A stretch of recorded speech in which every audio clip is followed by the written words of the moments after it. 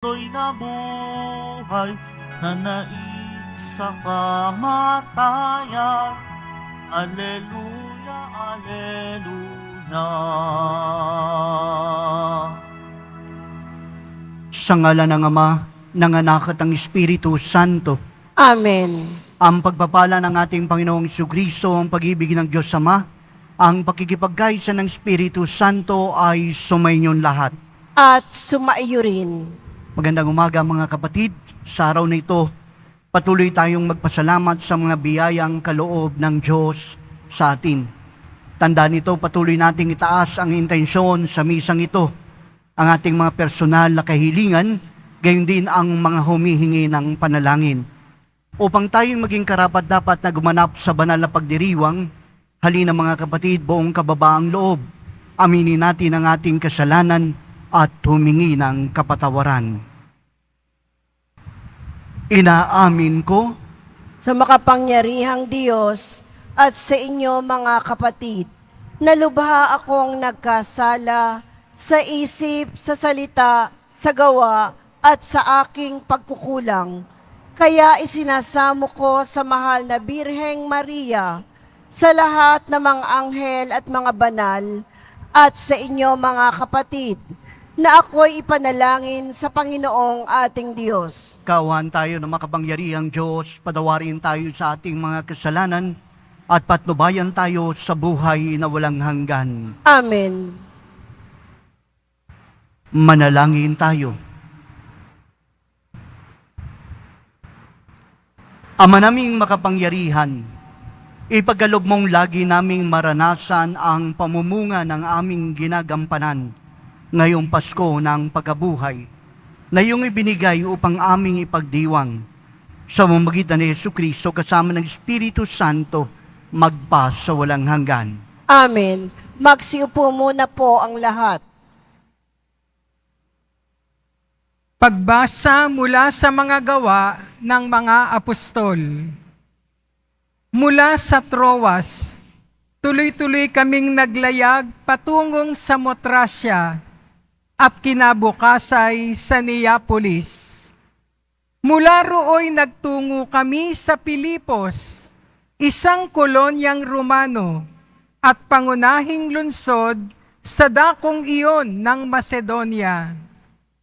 Nanatili kami roon ng ilang araw, at ng araw ng pamamahinga, lumabas kami ng lungsod at nagpunta sa tabing ilog, sa isang pook na inakala naming dakong panalanginan ng mga Hudyo.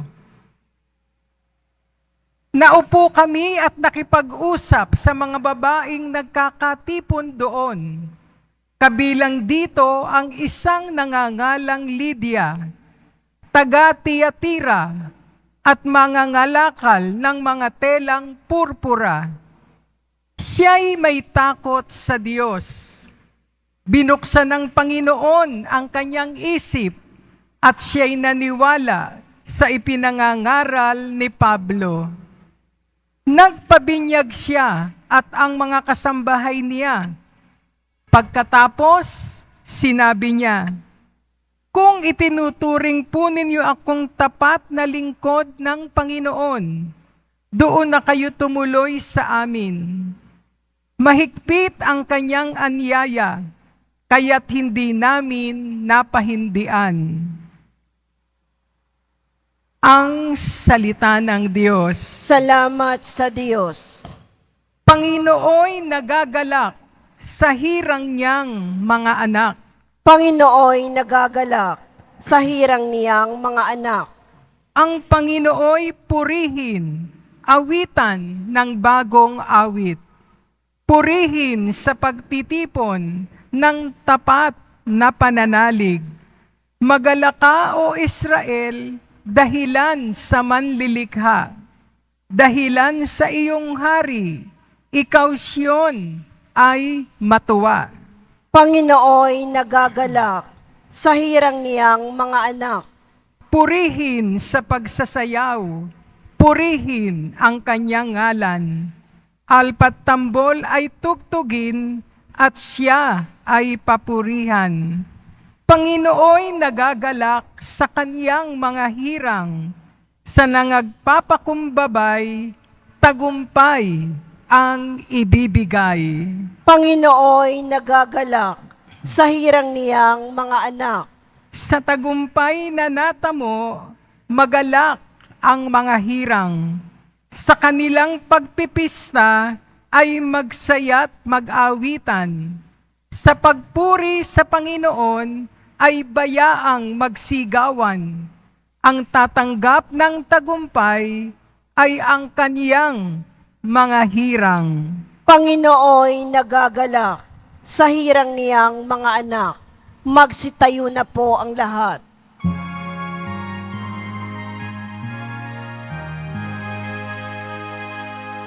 Hallelujah, Hallelujah,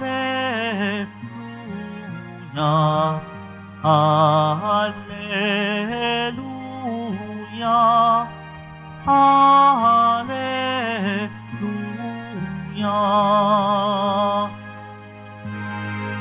Kayo at ang Espiritu ang siyang magpapatotoo tungkol sa aral ni Kristo. Hallelujah, Hallelujah, Hallelujah, Hallelujah.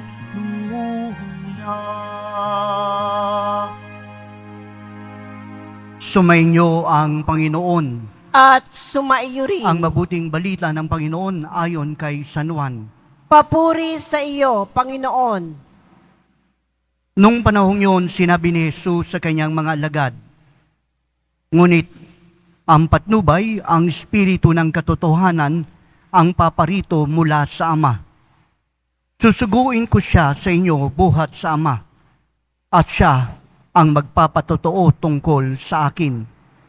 At ang magpapatotoo rin kayo tungkol sa akin, sapagkat sa pasimula pa'y kasama ko na kayo. Sinasabi ko sa ito sa inyo, upang huwag kayong mawalan ng pananalig sa akin. Palalayasin nila kayo sa mga sinagoga. Darating ang panahon na ang sinumang pumatay sa inyo ay mag-aakalang naglilingkod siya sa Diyos. At gagawin nila ito sapagkat hindi nila ako nakikilala ni ang Ama.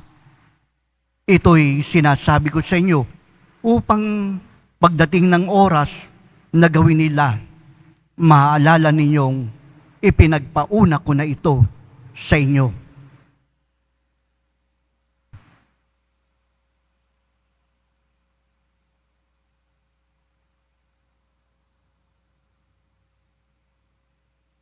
Ang mabuting balita ng Panginoon.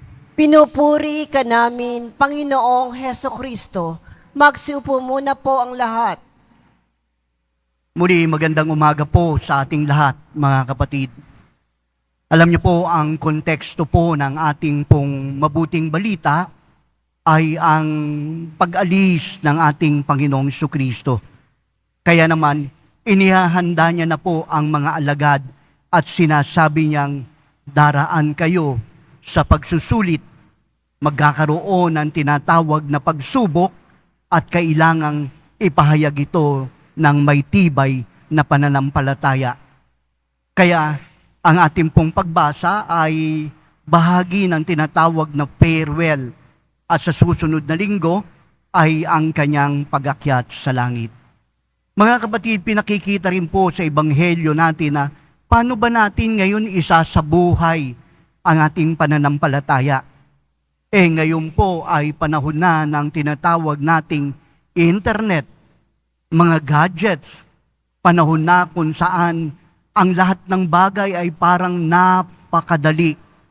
Kaya naman kapag halimbawa nag-scroll ka sa mga social media, makikita mo at darating ang sandali na parang tatanungin mo ang iyong sarili, bakit ako wala nito? Bakit sila may ganon?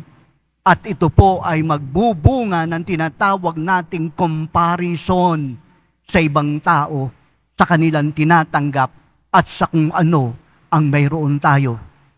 Paano mo ngayon isasabuhay ang pananampalataya sa gitna ng napakaginhawang buhay, sa matuli na pagbabago ng ating kinalalagyan? Ano ang gagawin natin? Sa Ebanghelyo, tinatawag po tayo to testify, ang maging saksi, ang magpahayag ng mabuting balita. Alam niyo po, sa Greek na sa pagkasulat ng ating pong Biblia, ang ibig po sabihin ng witness ay martyr. Kapag tinignan po natin ang kahulugan ng martyrdom, ito po ay ang tinatawag na pagkamatay sa pananampalatayang ating taglay-taglay. Kaya sa Ebanghelyo, kahapon po, ang sabi po sa atin ay ito, tayo po raw ay magmahalan. Hindi lang po basta magmahalan, kundi ang sinasabi ay ito, mahalin mo ang iyong kapwa tulad ng pagmamahal ko sa iyo. Parang ang hirap po nun eh. Pwede na lang sana siguro nabatayan mo, mahalin ko ang aking kapitbahay, ang aking kapwa, parang pagmamahal ko sa aking sarili. Pero ngayon po kapag tinignan po natin, anong uri po ng pagmamahal ang sinasabi ng Panginoon? Walang iba kung hindi ang pag-aalay ng buhay.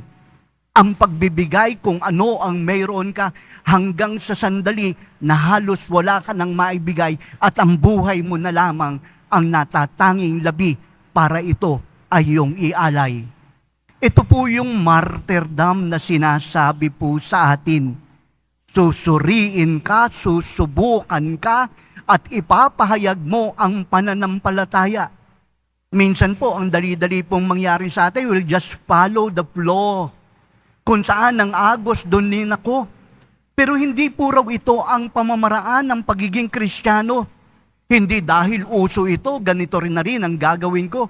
Hindi dahil ang mga kapitbahay ko, ganito ang pamamaraan ng pamumuhay, dapat ganito rin po ako. Ang sinasabi po sa atin ay to have at magkaroon ng tinatawag na pagpapahayag ng buhay ng pananampalataya na taliwas sa buhay ng karamihan. Paano ba yan? Ibig pong sabihin, ikaw po yung magiging counter. Ikaw po yung isang taong magpapahayag ng kakaibang pananampalataya, kakaibang pamumuhay. Kung ang iba ay nagnanasa ng kaginhawahan at nais yumaman kahit sa anumang pamamaraan, ikaw ay mananatiling wagas at nagnanais na magkaroon ng biyaya sa isang pamamaraan na maayos.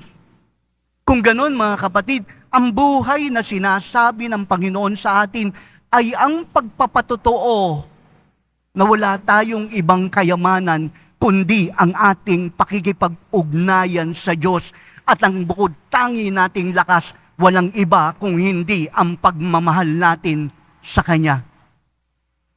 Lagi po tayong nag-iisip, siguro ito po ay about sa akin, about sa inyo. Ngunit kapag pinag-usapan po natin ang Ebanghelyo, hindi po ito tungkol sa atin, kundi ito po ay tungkol sa pag-ibig ng Diyos sa atin. At kapag mas nakita po natin kung anong uri ng pag-ibig ng Diyos ang mayroon siya para sa atin, then mag-iisip po tayo ng pamamaraan para gawin po nating ganap ang pag-ibig ng Diyos at maipahayag natin ang pag-ibig natin sa pamamaraang alam natin.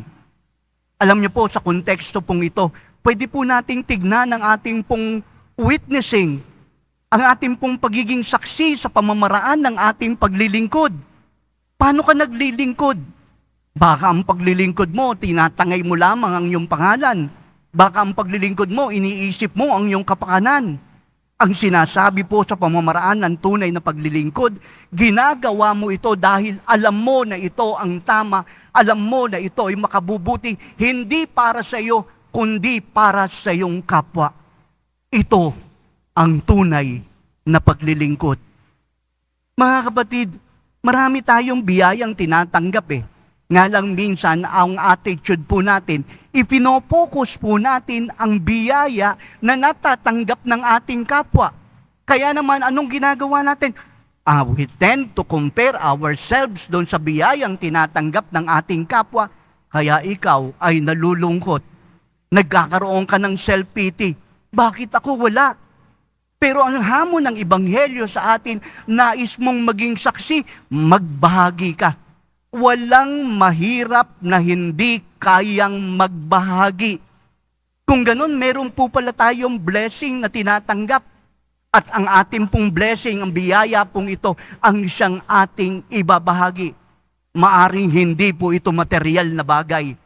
Maaring ito po ay panahon na ibibigay mo sa mga mahal mo sa buhay, sa mga taong nangangailangan, tenga ng pandinig para mapakinggan mo ang karaingan ng iba.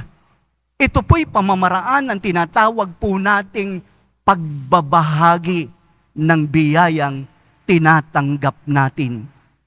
Pwede rin po sa bahagi na tinatawag nating solidarity, ang pakikiisa sa mga adhika, ang pakikiisa kung paano natin bibigyan ng halaga ang ating pong biyayang tinatanggap.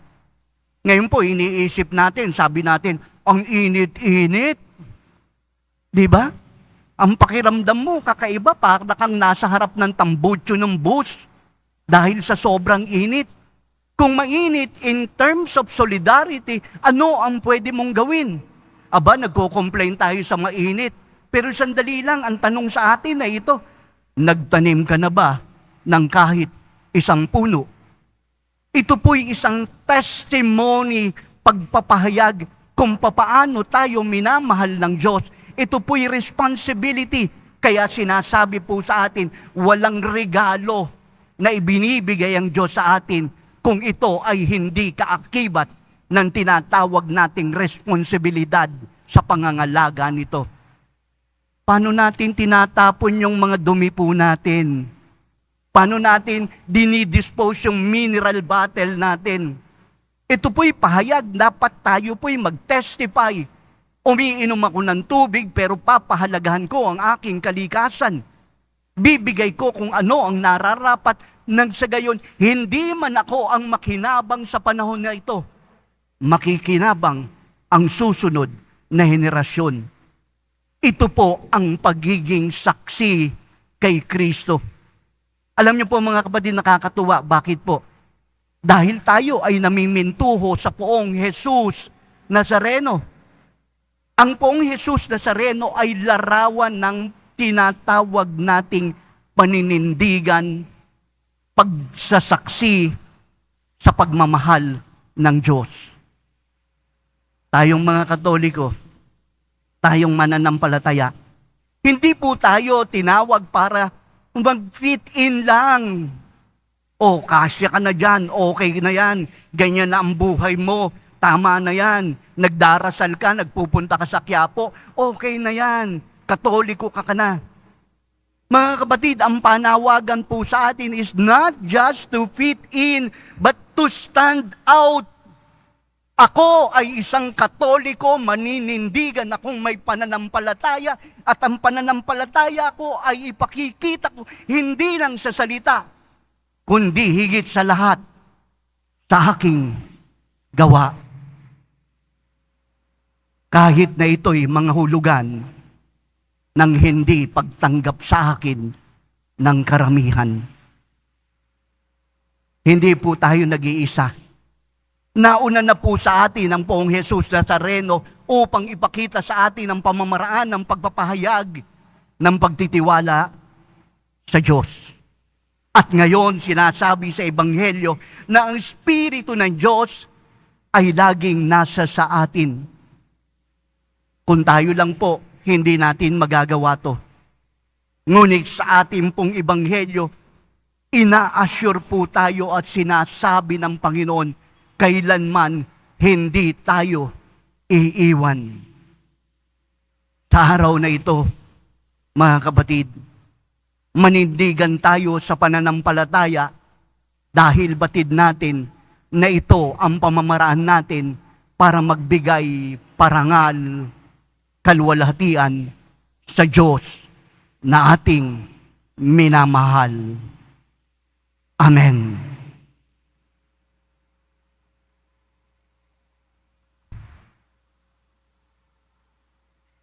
Magsitayo na po ang lahat.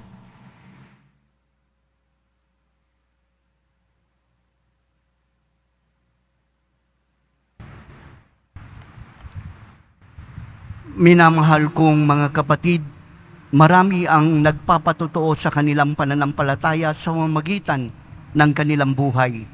Dahil sa kanilang halimbawang nagdudulot ng inspirasyon sa atin, tumawag tayo sa Diyos na ating Ama at sabihin natin sa Kanya, Ama, loobin mong maging saksi kami para sa iyo. Ama, loobin mong maging mga saksi kami para sa iyo.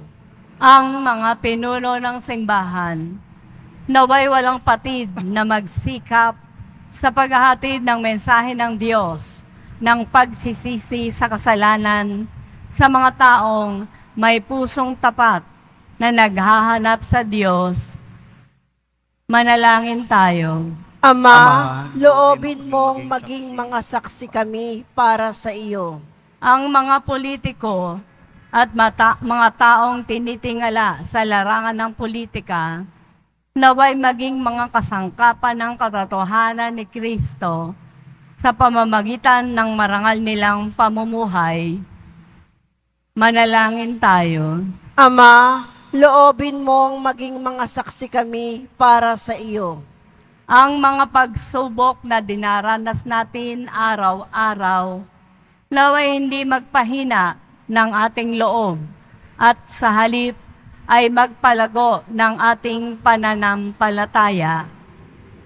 Manalangin tayo. Ama, loobin mong maging mga saksi kami para sa iyo.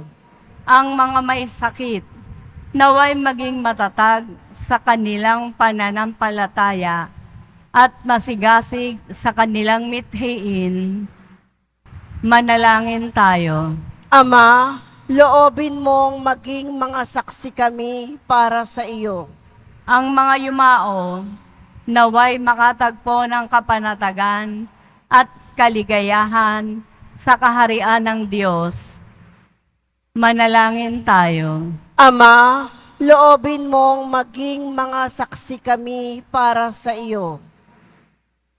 Ama, pagkalooban mo kami ng karunungan at katatagan sa pamamagitan ng banal na Espiritu upang kami ay maging malakas at matatapat na saksi sa iyong pag-ibig sa bawat yugto ng aming buhay. Nailing namin ito sa magitan ni Kristo, aming Panginoon. Amen. Magsiupo muna po ang lahat.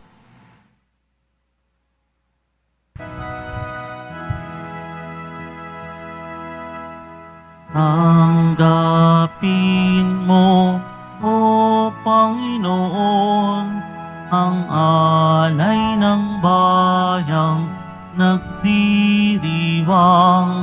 Puhunan mong bigay ang alak at tinapay, handog ng pagkabuhay.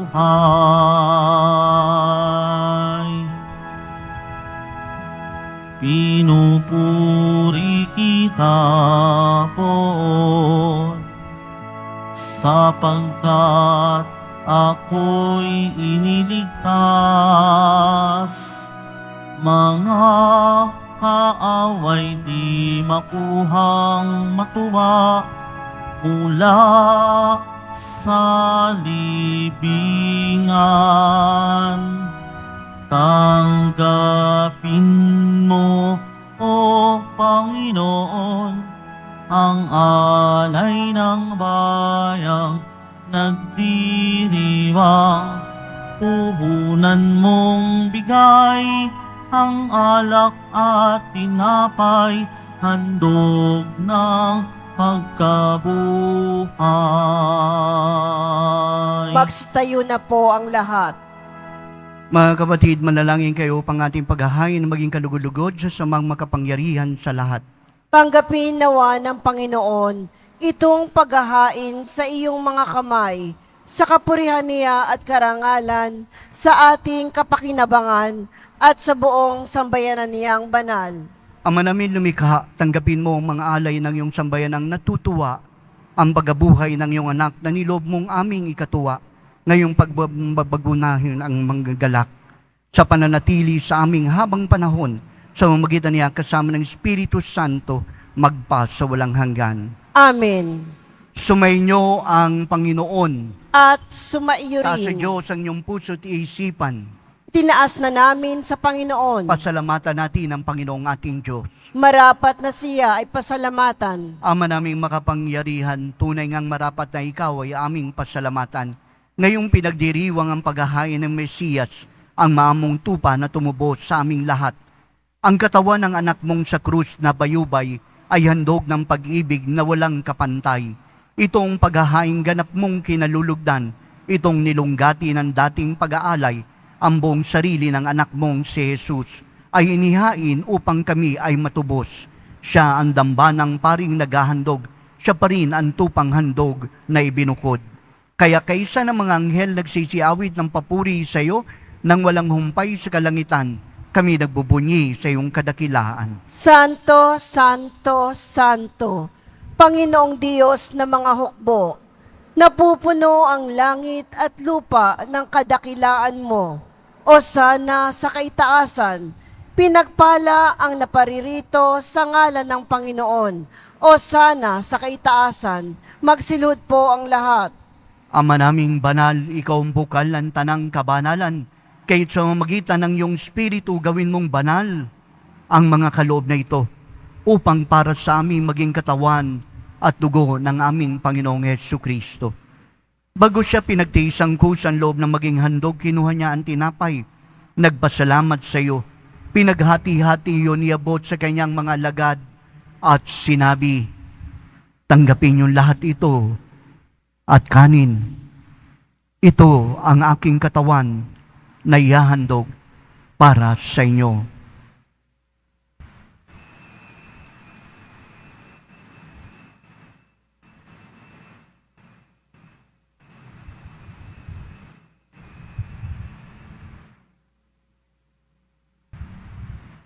Ganon din naman nung matapos ang hapunan, kinuha niya ang kalis. Muling nagpasalamat sa iyo. Iniabot ang kalis sa kanyang mga lagad at sinabi, tanggapin niyo lahat ito at inumin. Itong kalis ng aking dugo, nang bagot walang hanggan tipan. Ang aking dugo na ibubuhos para sa inyo at para sa lahat, sa pagpapatawad ng mga kasalanan. Gawin niyo ito sa pag-alaala sa akin.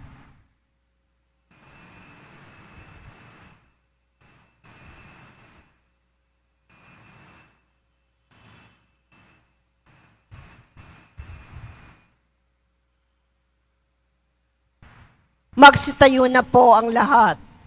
Ipagbunyi natin ang misteryo ng pananampalataya. Si Kristo'y namatay, si Kristo'y nabuhay, si Kristo'y babalik sa wakas ng panahon. Ama, ginagawa namin ngayon ang pag-alala sa bagamatay at muling pagabuhay ng iyong anak. Kahit niyalay namin sa iyong tinapay na nagbibigay buhay at ang kalis na nagkakaloob ng kaligtasan. Kami nagpapasalamat dahil minarapat mo kami tumayo sa harap mo para maglingkod sa iyo. Sinatsamo namin kami magkasalo-salo sa katawan at dugo ni Kristo ay mabuklod sa pagkakaisa sa pamamagitan ng Espiritu Santo. Ama, lingapin mo ang simbahang laganap sa buong daigdig. Puspusin mo kami sa pag-ibig kay San Francisco na aming Papa, ni Jose na aming Obispo, lahat ng mga pari, mga riyotso, diakono at intensyon ng iyong bayan. Alalahanin mo rin mga kapatid naming nahimlay na may pag-asang sila'y muling mabubuhay. Gayon din ang lahat ng mga pumanaw. Kawa mo sila at patuloyin sa iyong kaliwanagan. Kawan mo at pagindapating kaming lahat na makasalo sa iyong buhay na walang wakas. Kaysa ng mahal na Birheng Maria, ina ng Diyos, ng kanyang kabiyak ng puso, si Jose.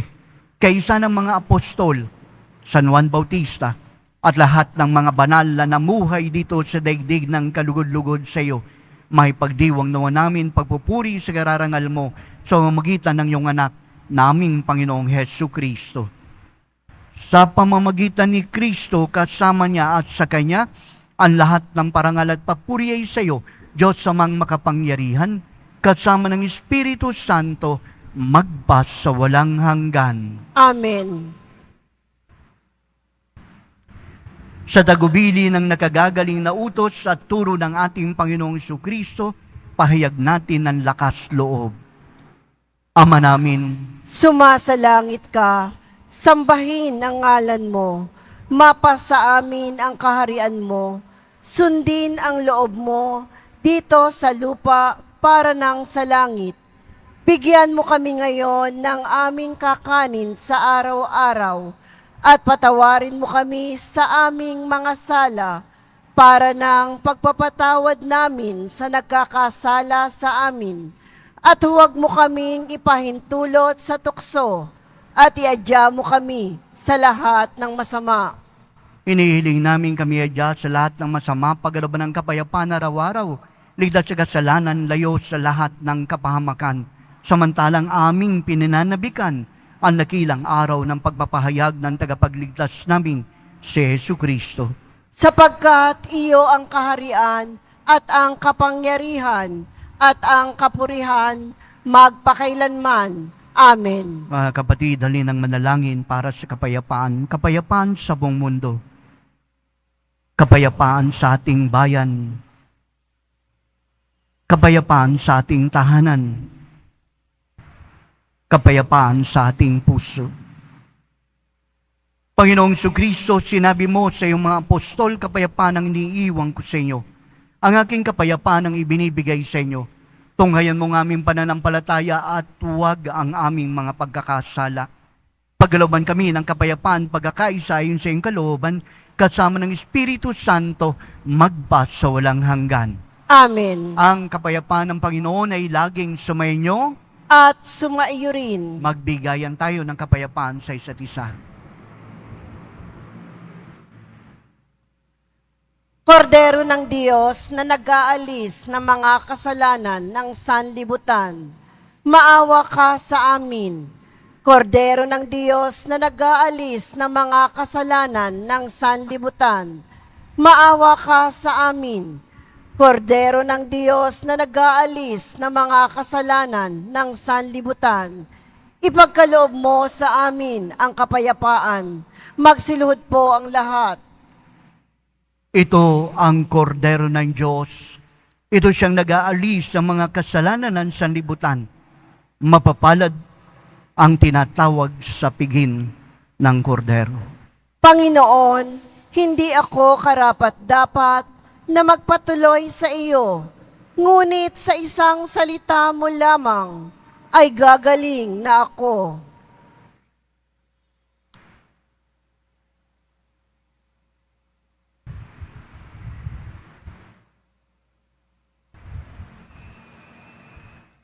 Para sa lahat ng tatanggap ng banal na komunyon, sasagot po tayo ng amen pagkasabi ng pari o ng lay minister ng katawan ni Kristo at isubo agad sa bibig. Bago umalis sa harapan ng pari o lay minister, sumunod po tayo.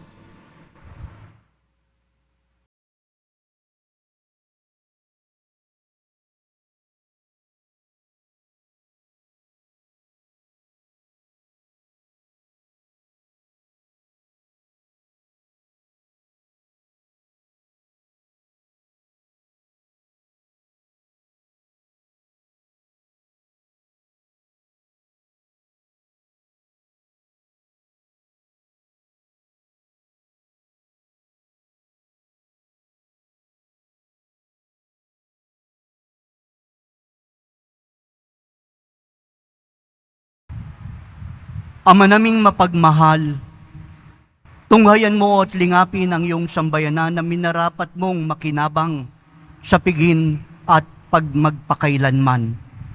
Ipagalob mong kaming maluwalhating makarating sa pagkabuhay na magtatampok sa iyong piling. Sa mamagitan ni Jesucristo kasama ng Espiritu Santo, magpa sa walang hanggan. Amen. Sumainyo ang Panginoon. At sumaiyo rin. Pagbabasbas. Mahal na poong Jesus Nazareno, inihayag mo sa pamamagitan ng krus ang walang maliw na pag-ibig ng Diyos sa sangkatauhan. Pakinggan mo ang aming kahilingan, ang kahilingan ng iyong angkan na nagsusumamo sa iyo. Makamtanawa nila ang iyong katugunan at tanggapin ang kasagutan ng may utang na loob na tinatanaw at pusong mapagpasalamat. Basbasan mo din ang mga daladala nilang mga imahen, dasalan, kasama ng kanilang mga panalangin.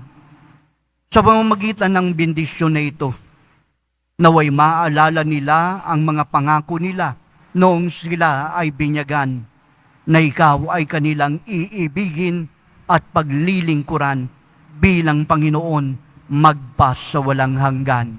Amen. At pagpalain kayo ng makapangyarihang Diyos, Ama, Anak, at Espiritu Santo. Amen. Humayo kayong taglay ang kapayapaan ng poong Jesus Nazareno. Salamat sa Diyos.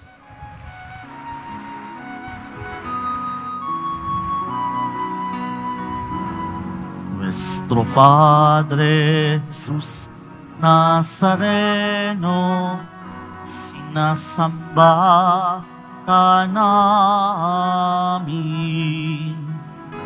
Pinipintuho ka namin. Aral mo ang aming buhay at kaligtasan.